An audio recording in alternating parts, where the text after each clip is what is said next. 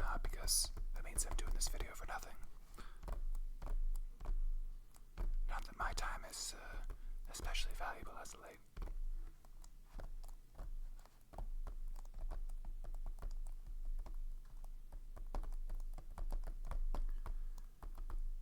Taking a look at Terminator Salvation today,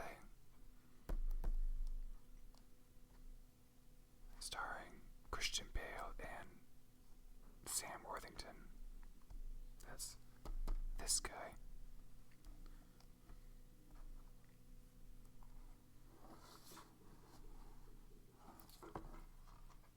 This is an import for me anyways. You can tell by the ratings logo here.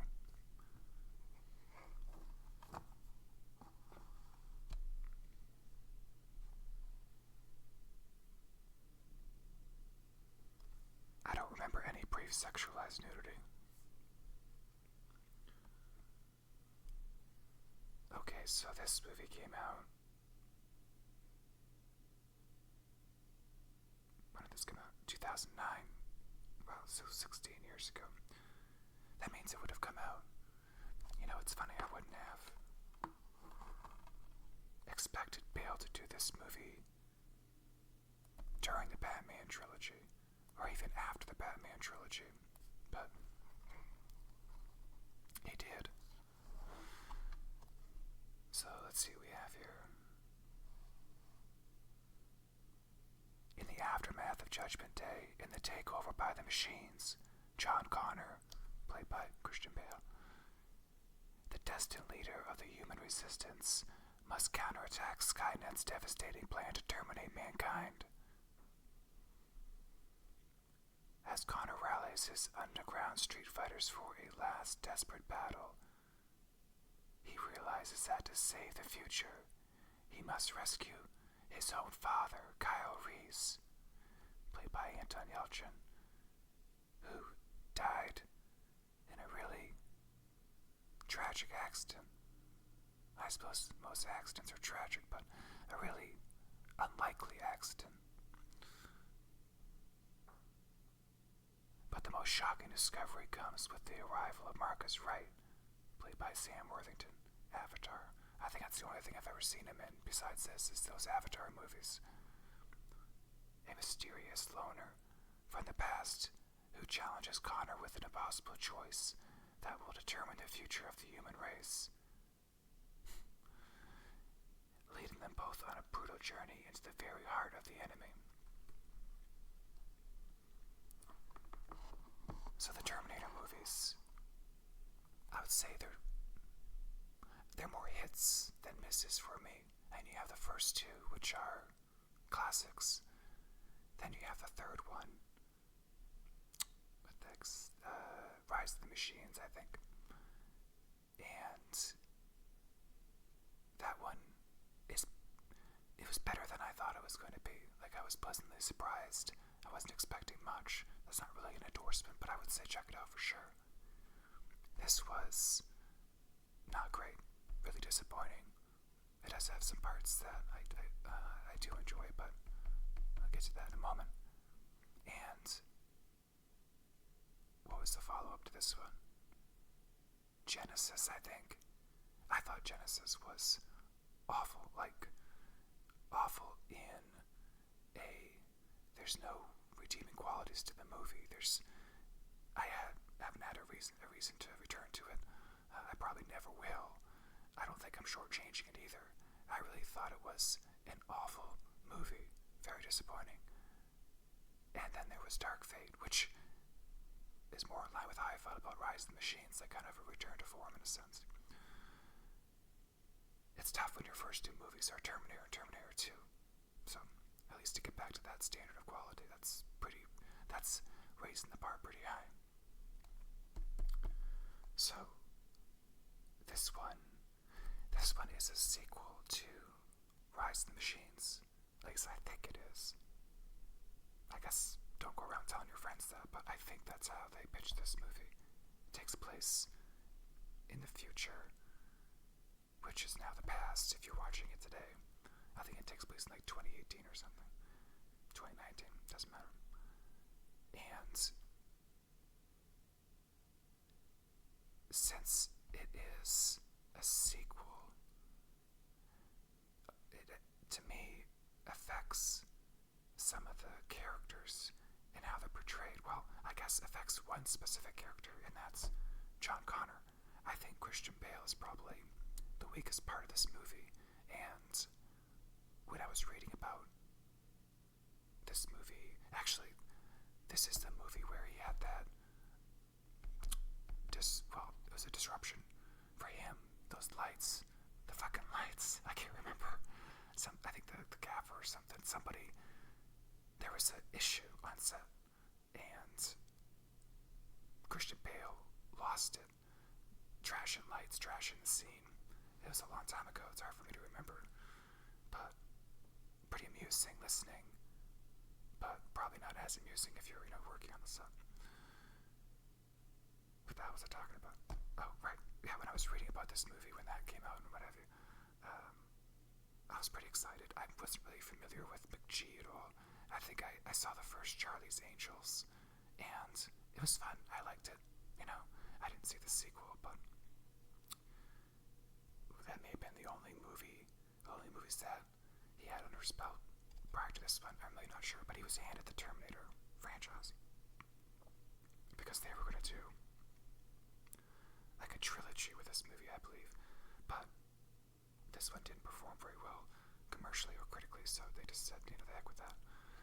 And the casting of Bale as John Connor was a surprise to me, and a good surprise. I like him as an actor, but it seemed strange from jumping. I was just surprised he wanted to get into another long-term franchise. Not that I'm his fucking manager, but he was just doing Batman, and then I'm gonna go into 3 Terminator movies. I guess he really wanted to be like America's hero for a while. And we've already seen John Connor now in 2 other movies since, again, this is a sequel. We have Edward Furlong's performance, and oh man, I don't remember who played him in the 3rd movie. Sorry. Scruffy performance. That's not very helpful. It doesn't matter, but I know I saw him, and I felt in Rise of the Machines that felt to me like a nice character transition from Edward Furlong's to whoever the heck the actor is in the 3rd one. It seemed like a natural progression for the character's qualities, how he was kind of thrust into leadership. In this movie, it's like those betrayals, that idea of the character doesn't exist for Bale. He is a one-note soldier. He's not very charismatic. It's the only reason why you would think anyone potentially follow him is because he seems to be a prophet. Now, that is a strong reason to follow someone if what they say ends up coming true. But the charisma aspect, it just isn't there. He doesn't seem like a very curious person. He doesn't seem like someone with a lot of ingenuity. It's just point and shoot, and it just doesn't really work for me. Maybe if those other movies didn't exist and this was the first time seeing the character, sure, okay, whatever. But there's a scene in this movie where this guy is a Terminator, basically. That's not a spoiler, and he is hell-bent on destroying it. Can't trust it.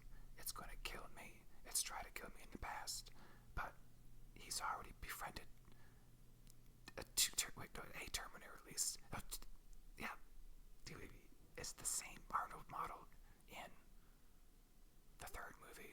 Man, I'm getting wrapped up in Terminator lore now. Either way, he's had friendly relations with Terminators before. He's used to Terminators defending him. So, it was just peculiar that he wouldn't even consider it. Just odd. Anyways, this whole movie, there's a really lean story in here that they could have told, but it gets really convoluted. I'm gonna open this up. Try not to make any noise.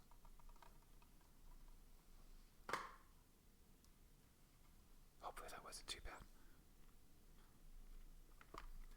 So you have the Blu-ray here. I'm actually not sure if this is region locked or not. I had no reason to watch the Blu-ray. Well, I guess I could have a reason. The unrated cut or something is the Blu-ray. I don't know. I never really looked up the differences. It's like 3 minutes longer.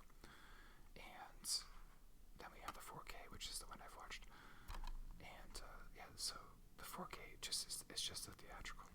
I have no clue what the extra 3 minutes include. You can probably look that up if you're interested. And the one part of this movie, well, there's a few parts from just a production standpoint.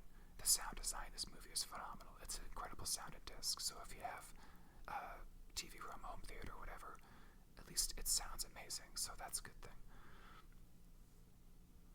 He doesn't get any credit here. He's not on the cover, but Kyle Reese to me is the star of this movie. Like Anton Yelchin's performance of Kyle Reese really seemed to capture the character.